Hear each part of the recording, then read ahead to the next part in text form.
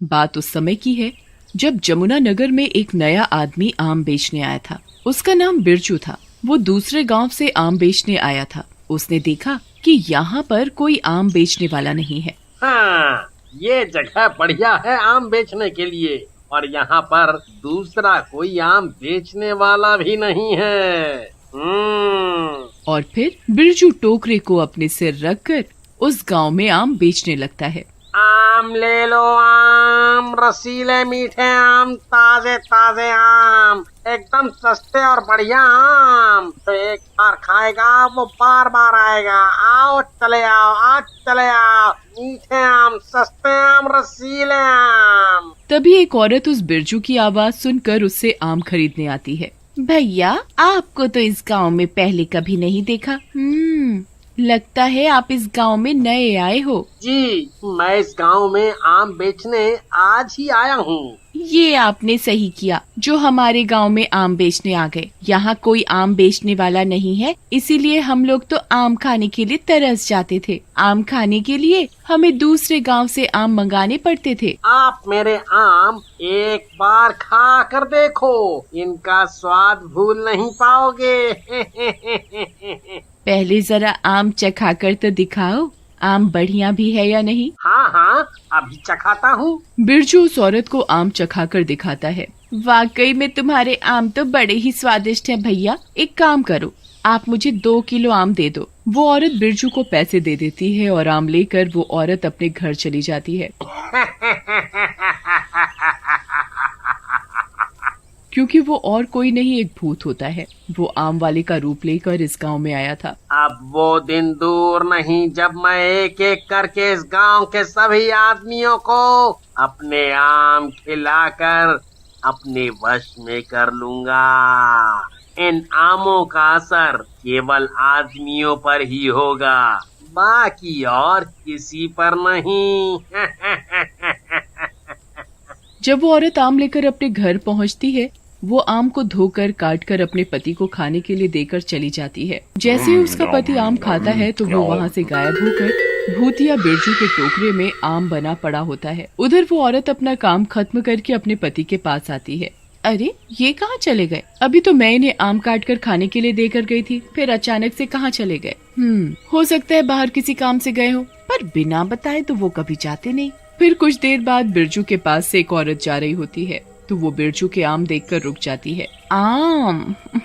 आम तो मेरे पति को बेहद पसंद है, क्यों ना मैं इनके लिए आम ले जाऊं? भैया, आम क्या भाव दिए हैं? ले लो बीवी जी, एकदम सस्ते हैं। बोलो कितने दूं?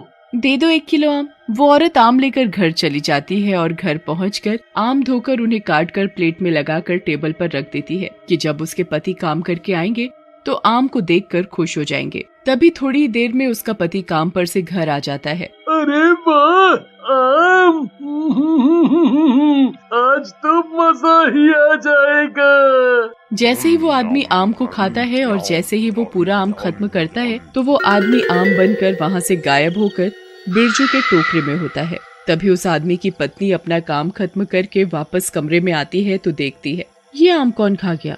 लगता है ये काम पर से आ गए हैं और आम देखकर इनसे रुका नहीं गया होगा, तो इन्होंने ही खाए होंगे ये आम। पर ये चले कहाँ गए? लगता है आम खाकर इनका पेट भर गया होगा तो ये बाहर घूमने चले गए होंगे। चलो, जब तक ये बाहर से घूम कर आएंगे मैं खाना बना लेती हूँ। लेकिन काफी देर हो जाती है, उसके बाद भी उस औरत का पति घर नहीं आता। उधर उस औरत का पति भी आम खाने के बाद से गायब था, उसका भी कहीं पता नहीं चल रहा था। वो औरत भी अपने पति को लेकर परेशान थी। रात हो चुकी थी तो भूत भी असली रूप में आ जाता है और वो उन सभी आदमी बने आमों को एक पेड़ पर लटका देता है।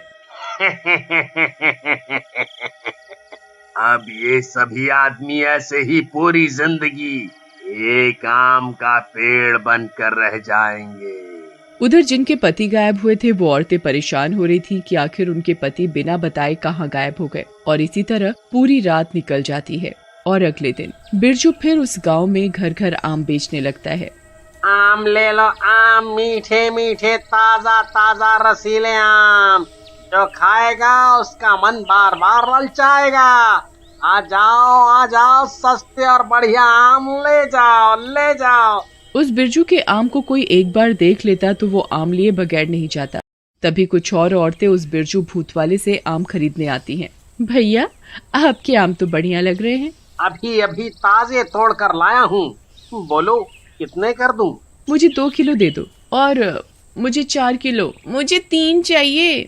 देखते ही देखते बिरजू के सारे आम बिक जाते हैं और जो जो आदमी आमों को खाता है वो आम बनकर गायब होकर बिरजू के टोकरे में होते हैं। उधर सब औरतें अपने पतियों को गायब पाकर बहुत परेशान होती हैं। समझ नहीं आ रहा कि मेरे पति बिना बताए कहाँ चले गए। ऐसा तो उन्होंने कभी नहीं किया। हाँ, मेरे पति भी कभी ऐसा नहीं करते। देखो ना, मेरे पति जगन भी गायब हैं। उनका भी कुछ पता नहीं चल रहा। बिरजू के जैसे जैसे आम बिकते जाते वैसे वैसे गांव के आदमी गायब होते जाते, पर किसी को भी समझ में नहीं आ रहा था कि गांव के सभी आदमी कहाँ गायब हो रहे हैं। इसी तरह भूत रोज गांव में आता और आम बेचता और गांव के आदमियों को अपने जादू से आम बनाकर उन्हें गायब कर देता और रात को उन आमों को अपने जादू से पेड़ पर ले जाकर लटका देता। फिर एक दिन माया अपने पति को ढूंढते हुए गांव से दूर निकल जाती है, जहां उसे एक आम का पेड़ दिखाई देता है। अरे, ये आम का पेड़ कैसा है? पहले तो ये यहाँ नहीं था, फिर ये पेड़ यहाँ कैसे आया? और इस पर तो बड़े मीठे मीठे आम लगे हैं। क्यों न मैं इन्हें तोड़कर खा लूं। जैसे ही वो औरत आम तोड़ने के लिए अपना हाथ बढ़ाती है, तभी उस पेड़ पर लगे आम के अंदर से रोने की आवाज सुनाई देती है।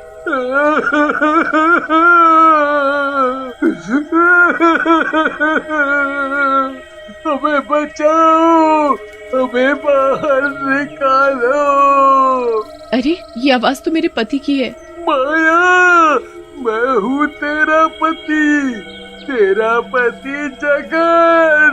मुझे बचा ले, यहाँ से बाहर निकाल, मुझे बाहर निकाल। पर तुम आम कैसे बन गए? जो हमारे गांव में आम बेचने बिरजू आया है, वो कोई इंसान नहीं है, बल्कि एक भूत है। यहाँ मेरे जैसे गांव के सभी आदमी आम बने हुए हैं। कुछ कर माया, कुछ कर, हम सबको यहाँ से निकाल। फिर उस पेड़ पर लगे आमों में से आदमियों के रोने की आवाजें आने लगती हैं। हमें बचा ले माया, हमें यहाँ से बाहर निकाल, हमें यहाँ से बाहर निकाल। ठीक है, मैं कुछ करती हूँ, तुम लोग परेशान मत हो। माया वहाँ से सीधा गांव में जाकर गांव की सभी औरतों को बिरजू भूत के बारे में सारी बात बताती है। ये सारा करा धरा उस आम बेचने वाले बिरजू का है। वो कोई इंसान नहीं बल्कि एक भूत है जिसने हमारे पतियों को आम बनाकर अपने जादू से कैद कर रखा है। हमें अपने पतियों को बचाना होगा। हम सभी तांत्रिक बाबा के पास चलते हैं जो शमशान में रहते हैं, वो हमारी जरूर मदद करेंगे। फिर सभी औरतें तांत्रिक बाबा के पास जाती हैं और उन्हें भूत के बारे में सारी बात बताती हैं। बाबा, हमारी मदद करो। ठीक है, तुम सब परेशान मत हो, मैं अभी उस भूत को बुलाता हूँ। तांत्रिक बाबा अपनी मंत्र शक्ति से भूत को बुलाता है। मुझे क्यों बुलाया? तुझे अपनी मौत का डर नहीं है? देख, मेरी तुझसे कोई दुश्मनी नहीं है। मुझे छोड़ दे, जाने दे मुझे। नहीं छोड़ूंगा। पहले बता, तूने इन सब मासूमों को आम क्यों बनाया? बता। ये सब मेरी मौत के जिम्मेदार हैं। इन सब लोगों ने मेरे आम के पेड़ को काट दिया, जिसे मैं अपने बच्चे की तरह प्यार करता था। मैं रोता रहा, गिड़गिड़ाता रहा। इन सब लोगों ने मेरे जान से प्यारे आम के पेड़ को काट डाला, क्योंकि उन्हें वहाँ पर फैक्ट्री लगानी थी। देखो, मैं तुम्हारा दुख समझता हूँ। इन लोगों ने जो तुम्हारे साथ किया वो माफी के लायक नहीं है, लेकिन इनकी सजा तुम इनके परिवार वालों को क्यों दे रहे हो? छोड़ दो उन्हें। मैं इन्हें एक ही शर्त पर छोड़ सकता हूँ। इनके परिवार वाले अपने अपने घर के आगे एक एक आम का पेड़ लगाएंगे, और जैसे जैसे ये पेड़ उगते जाएंगे, इनके पति इन्हें वापस मिल जाएंगे। ठीक है। फिर जैसे ही वो सब परिवार वाले आम का पेड़ लगा देते तो उनके पति उनके सामने होते। फिर एक एक करके सभी लोग आम से आदमी बन जाते हैं। भूत को भी मुक्ति मिल जाती है।